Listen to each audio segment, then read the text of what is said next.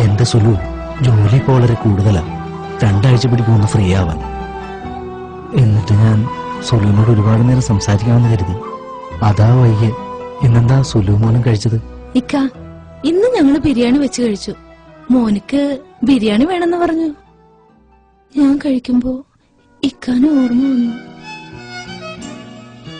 ഇക്ക ഇങ്ങടുത്തുണ്ടായിരുന്നെങ്കിലെന്ന് ഞാൻ വെറുതെ ആശിച്ചു. എന്റെ സുലു, ഞങ്ങൾ ഇന്നലെയും ബിരിയാണി വെച്ച് കഴിച്ചു.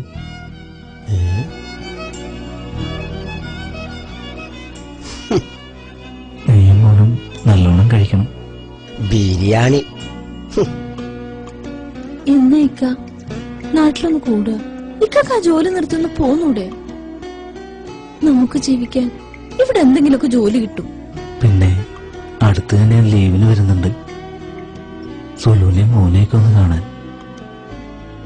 ഇക്കാമ പുതുക്കി കിട്ടിയാൽ ഉടൻ തന്നെ ഞാൻ നാട്ടിൽ വരും. ഇക്ക പോയിട്ടിപ്പോ 4.5 കൊല്ലായി. മോനിക്കാണെങ്കിൽ വയസ്സ് 4.5. നഴ്സറി ചേർക്കാൻ അയക്കണോനെ. മോന് വലുതായല്ലേ,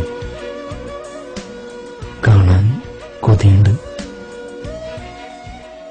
നീ അവനെ അംഗൻവാടി ചേർക്കിപ്പോ.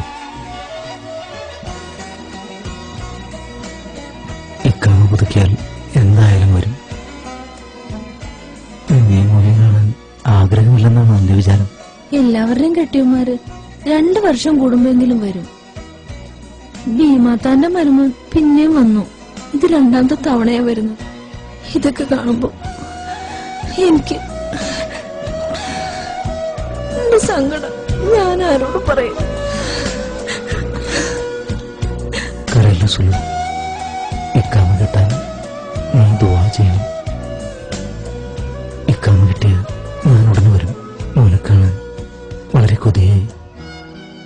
മോന്റെ പാട്ട് കേൾക്കുമ്പോ ഉടൻ നാട്ടിലേക്ക് വരാൻ തോന്നുന്നു.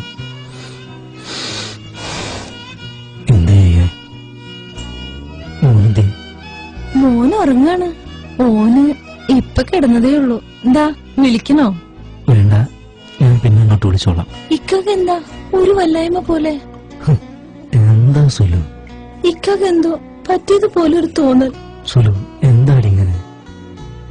എനിക്കൊന്നുമില്ല, ജോലി കഴിഞ്ഞ് വന്നതേ ഉള്ളൂ. അതിന്റെ ക്ഷീണമായിരിക്കും, അല്ലാതൊന്നുമില്ല. നീയൊന്ന് ചിരിക്കണേ. വേണ്ട, കള്ളച്ചിരി വേണ്ടാട്ടോ. എനിക്ക് ചിരിക്കണില്ല. സുലു ഫോൺ വെച്ചോ, ഞാൻ പിന്നെ വിളിച്ചോളാം. എന്നെ വിളിച്ചില്ലെങ്കിൽ ഞാൻ അങ്ങോട്ട് വിളിക്കും. എന്തിനാടാ ജോലിയില്ല നീ ഭാര്യയോട് കള്ളം പറഞ്ഞത്? നിനക്ക് സത്യം തുറന്നു പറയാമായിരുന്നില്ലടാ. എന്തിനാണ് ഞാൻ അവരെ വിഷമിപ്പിക്കണം? അവര് സന്തോഷിക്കട്ടെ. എനിക്ക് ആക്സിഡന്റ് പറ്റിയ വിവരം അവര് വിഷമിക്കും.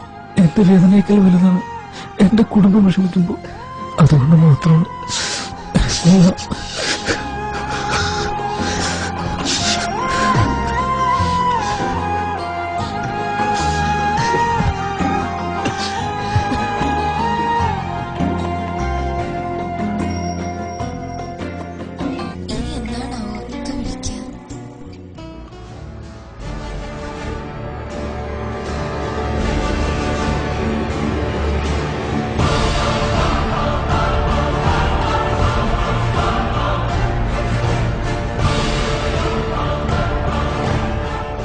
എന്താടി നിന്റെ കെട്ടിയോ പറഞ്ഞേ?